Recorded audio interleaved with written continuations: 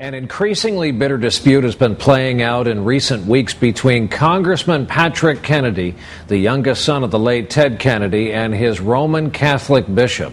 As NBC's Ron Allen reports tonight, it is the latest instance of the church asserting a role in some of this nation's most contentious issues.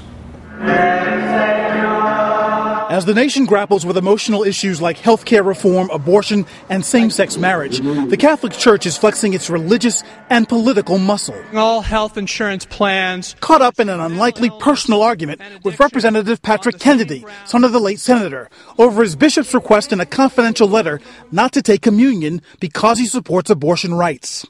Keep in mind, I didn't go after him.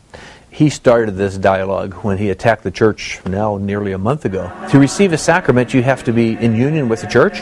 Last month, Kennedy had publicly chastised the church for demanding tough abortion restrictions in the health care reform bill. Today, he could not be reached for comment, but recently spoke to Cybercast News Service. If the church is pro-life, then they ought to be for health care reform because it's going to provide health care that are going to keep people alive. Critics say the Catholic Church, which like all religious institutions is tax-exempt and not-for-profit, has rarely been this aggressive politically. I think the church sees this as a golden opportunity to turn church doctrine into the law of the United States at every level. And frankly, they're not above using spiritual and political blackmail to do it. In Washington, D.C., where the city council could approve a same-sex marriage bill next week, church leaders warned the law would force them to end decades of programs it runs with the city, helping the needy.